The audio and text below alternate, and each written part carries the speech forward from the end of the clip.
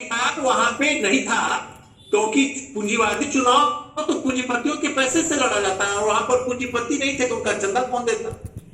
और अगर उनको ये छूट दी जाती तो विदेशी पूंजीपतियों से पैसा लेकर के, और जैसे यहाँ चुनाव लड़ा जाता है वो गड़बड़ी करने का कोशिश करते, चलो वोट खरीदो 5,000 10,000 1 लाख दो। सोवियत सत्ता और मजदूरों के शासन को पलटने के लिए तो पूंजीपति दुनिया भर का पैसा दे देंगे। जो दो दो विश्व युद्ध किया, जो लगातार युद्ध करता है, उसको पैसा देने में क्या फर्क पड़ता। तो इस तरह से सोवियत संघ में सरभारा की तानाशाही के तहत मजदूरों को पूरा प्रतिनिधि चुनने का अधिकार था, वोट भी होता था, संविधान भी था, और संविधान में बहुत साफ साफ था कि किसी को संपत्ति का अधिकार नहीं होगा, और सबों को शिक्षा, स्वास्थ्य और रोजगार का अधिकार हो। पूंजीवादी संविधान में यह होता है संपत्ति रखने का अधिकार, लेकिन शिक्षा और स्वास्थ्य का पूरा अधिकार नहीं है, तो वो सब तो प्राइवेट में है। और यहाँ पर रोजगार का कोई अधिकार नहीं होता है। कुछ ठगने के लिए संविधान में कुछ बात जोड़ भी दी जाती है तो सरकार उसको किनारे कर देती है, और हालात आप देख रहे हैं। वहां कोई रोजगार, बेरोजगार नहीं था। वहां पर किसी के पास अपने निजी संपत्ति नहीं थी। आप पूरे महीने में आप काम करते हैं, आपको रहने के लिए घर है, घर जैसे जैसे नया बनते जाता था लोगों को बेहतर घर दिया जाता था।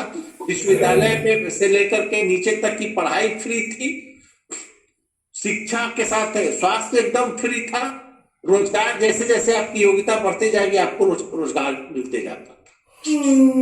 और तभी हिटलर को पराजित कर पाए, तभी एक एक आविष्कार किया, हथियार का भी आविष्कार किया, हवाई जहाज का भी आविष्कार किया, लोहा, ट्रैक्टर, जितना साधन है सब बनाया।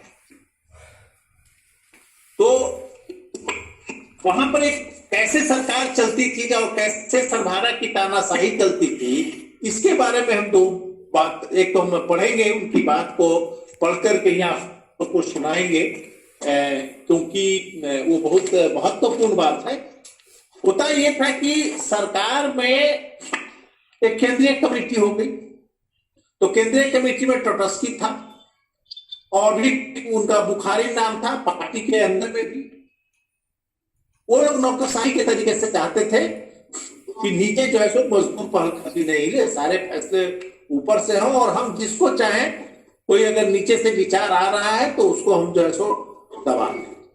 तो स्टालिन इन नेताओं के खिलाफ, जो केंद्रीय कमेटी में थे, उनके खिलाफ मजदूरों के साथ खड़ा हुए कि मजदूर जो विचार रख रहे हैं, वो पकड़ी ले रहे हैं, कैसे प्रोडक्शन बढ़ाया जाए, इस पर वो जो अपना राय दे रहे हैं उसको पर विचार किया जाए, उसको दबाया नहीं जाए। और जो दबाने की कोशिश किए उनकी न सिर्फ आलोचना किए, बल्कि बार बार उनकी ऐसी कोशिश करने पर उनको दंड भी दिया गया। और जब उनको दंड दिया गया तो वो चिल्लाने लगे कि स्टालिन तो तानाशाह है, क्योंकि जो है सो केंद्रीय कमेटी के लोगों को दंड दिया जा रहा है। अब आप लोग ही खुद तय कीजिए कि अगर मजदूर वर्ग का शासन है, मजदूर वर्ग को बोलने में उसके योजना और दिमाग से जो बुद्धि निकल रहा है उसको आगे बढ़ने में अगर कोई रोके तो मजदूर वर्ग का नेता क्या करेगा? उसको रोकने लगा किसी को, और तब क्या मजदूरों का राज और मजदूरों की तानाशाही रह पाएगी? तो ऐसे लोगों को रोकने पर स्टालिन को तानाशाह कहा। और अपने यहां देखिए, जो लोकतंत्र की बात करता है सबसे ज्यादा मजदूरों और किसानों के, कोई भी पार्टी ले लीजिए, क्या आरजेडी, क्या मुलायम सिंह की समाजवादी पार्टी हो या केजरीवाल की पार्टी हो, कोई भी पार्टी, कांग्रेस हो, बीजेपी, तो पूरा का पूरा पूंजीपति के नंगे करता है।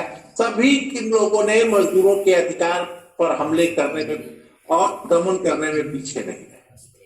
ये सब के सब, कोई पार्टी इतना लेबर कोड में चेंज आया, पूंजीपतियों को अधिकार पूरा दे दिया गया लूटने का, कोई विरोध के लिए सड़क पर नहीं आया।